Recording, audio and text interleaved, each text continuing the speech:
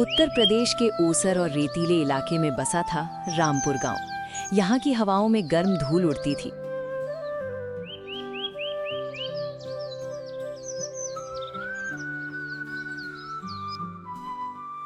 लेकिन गांव के कोने पर बने एक पुराने ढाबे से निकलने वाली खुशबू राहगीरों के कदम रोक देती थी। ये ढाबा था विजय का। विजय एक शांत स्वभाव का युवक, जिसकी आंखों में सपने तो थे पर जेब में सिर्फ खालीपन। उसके पिता रामदीन अपने जमाने के मशहूर रसोइये थे, जिन्होंने देसी हांडी की परंपरा को जीवित रखा था। लेकिन उनकी मृत्यु के बाद विजय के ऊपर मुसीबतों का पहाड़ टूट पड़ा।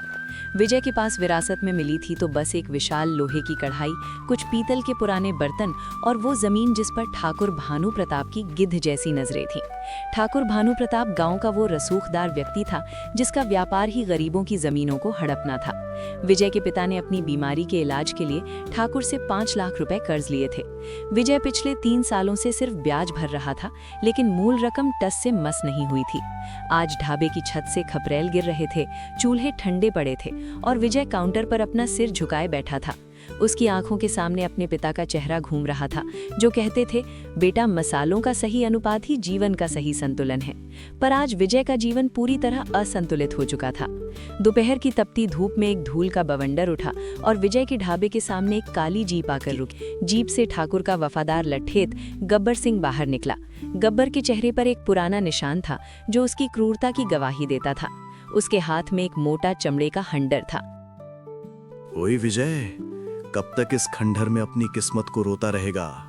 गब्बर ने मेज पर इतनी जोर से हंटर मारा कि विजय उछल पड़ा। विजय ने रुंधे गले से कहा, गब्बर भाई, इस बार सूखा पड़ा है, मंडी में अनाज नहीं बिका, थोड़ा और वक्त दे दो।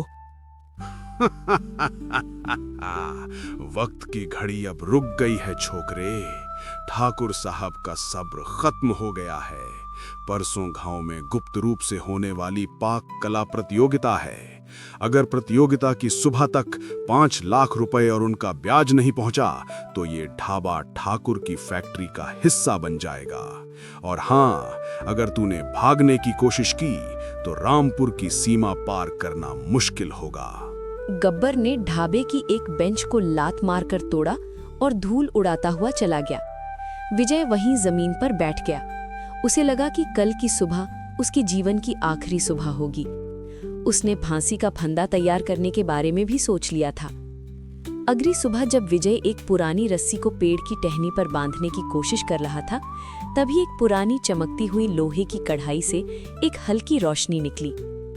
रोशनी के बीच एक धुंधली सी आकृति उभरी, एक वृद्ध पाकात्मा, जिसके वस्त्र पुराने रसोइयों जैसे थे और आंखों में सदियों का अनुभव था। ये आत्मा रामदीन के पूर्वजों में से एक थी, जो पाक कला के रहस्यों की रक्षक थी। ये क्या बुज़दिली है विजय? मेरे रहते तू हार मान लेगा? पाक आत्मा की आवाज हवा में गूंजी, जैसे दूर से आती किसी शहनाई की धुन। आत्मा ने विजय के हाथ से रस्सी छीन ली और उसे एक अदृश्य ऊर्जा से गले लगाया।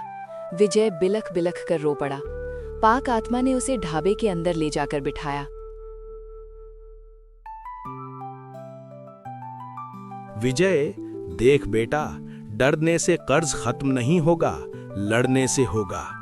तू भूल गया कि तेरे पिता ने तुझे स्वाद का गुप्त खजाना सिखाया था। मैं तुझे सदियों पुरानी तकनीकें सिखाऊंगा। हम इस गुप्त रूप से होने वाली पाक कला प्रतियोगिता में ऐसा धमाका करेंगे कि ठाकुर खुद यहाँ खाना खाने आएगा। पाक आत्मा ने विजय को अदृश्य रूप से मार्गदर्शन दिया। उसने विजय के सामने प्राचीन भोजपत्रों पर उकेरे गए चित्र दिखाए, जिनमें महंगे चाकुओं की बजाय पत्थरों से धार दिए गए औजार, थर्मामीटर की बजाय हथेली से तापमान मापने के तरीके और कुछ रंगीन पुड़िया की जगह दुर्लभ जड़ी बूटियों के रहस्य बताए गए थे। आत्मा ने कहा, विजय, हम साधारण दाल रोटी नहीं बनाएंगे, हम बनाएंगे ज्वाला मटन चिकन।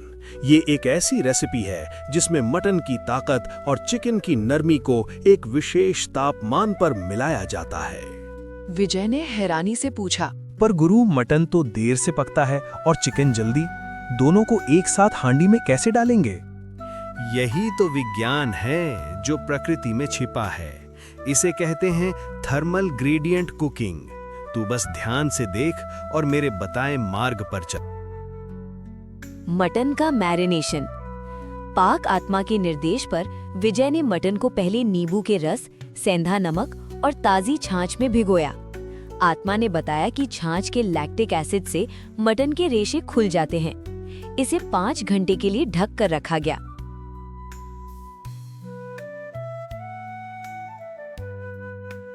जिसके नीचे मटन के टुकड़े रखे गए और ऊपर चिकन के बड़े पीस। उसने बीच में एक केले के पत्ते की परत बिछाई। धीमी आंच का जादू। चूल्हे पर लकड़ियों की जगह कोयले का इस्तेमाल हुआ।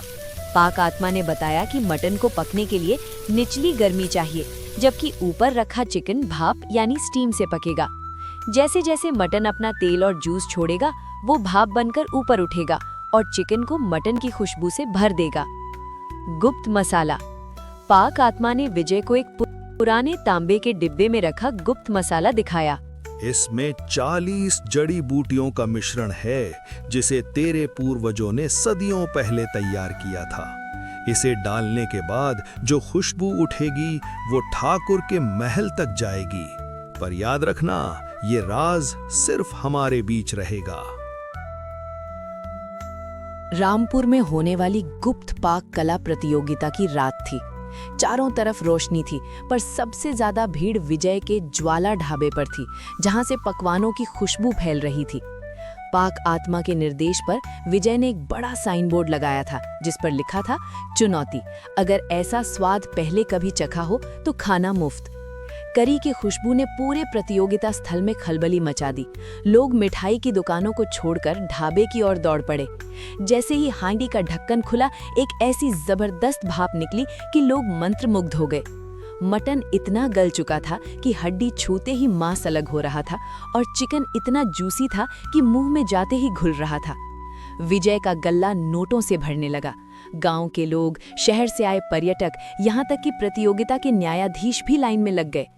विजय की आंखों में पहली बार खुशी के आंसू थे, लेकिन ये सब ठाकुर के महल में बैठे भानु प्रताप को नागवार गुजरा। उसने गब्बर को हुक्म दिया, जाओ उस ढाबे में आग लगा दो। मुझे कल सुबह तक वो जमीन खाली चाहिए, और वो रसोइया जो गांव का है उसका हाथ तोड़ दो, ताकि वो दोबारा कढ़ाई ना उठा सके। आधी रात को जब विजय पाक आत्मा की निगरानी में थककर सो रहा था, गब्बर अपने गुंडों के साथ मशाले और पेट्रोल लेकर पहुंचा। जैसे ही उसने ढाबे पर पेट्रोल छिड़कना शुरू किया, पाक आत्मा ने विजय को जगा दिया।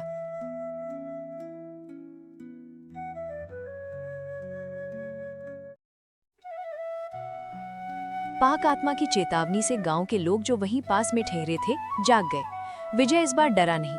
उसने अपने पिता की वो भारी लोहे की कढ़ाई उठाई और गब्बर के सामने खड़ा हो गया। गब्बर, ये ढाबा मेरी माँ है। अगर आज तूने इसे छुआ तो मैं तुझे इसी कढ़ाई में भून दूंगा। गांव वाले विजय के समर्थन में लाठियां लेकर खड़े हो गए। गब्बर ने देखा कि माहौल बदल चुका है। वो दुम दबाकर वहां से भाग निकला। ठाकुर की पहली साजिश नाकाम हो गई। अगले दिन पंचायत बैठी। ठाकुर ने नया पासा फेंका। उसने पंचायत में कहा,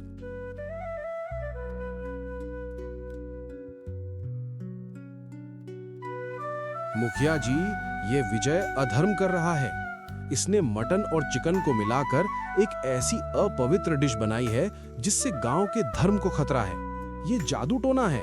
मुखिया जी गंभीर थे। उन्होंने पाक आत्मा के मार्गदर्शन में विजय को बुलाया। विजय ने बड़ी चतुराई से काम लिया।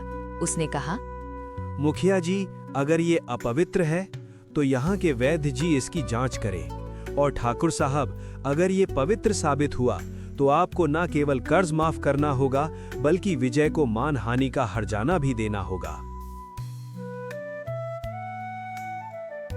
वैद्य जी ने खाने का परीक्षण किया और मुस्कुराते हुए कहा, इसमें कोई जादू नहीं, बल्कि उत्तम औषधियां हैं।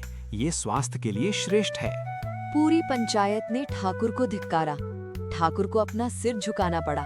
उसने सबके सामने विजय का कर्ज माफी का प्रमाण पत्र दिया और गांव छोड़कर जाने का वादा किया, क्योंकि उसकी इज्जत मिट्टी में मिल चुकी थी। ठाकुर जाते जाते एक आखिरी चाल चल गया। उसने विजय के एक पुराने नौकर को लालच देकर वो तांबे की डिब्बी यानी गुप्त मसाला चोरी करवा ली। ठाकुर को लगा कि अब वो शहर में अपना रेस्टोरेंट खोलेगा और विजय का धंधा चौपट कर देगा, लेकिन पाक आत्मा ने विजय को पहले ही बता दिया था।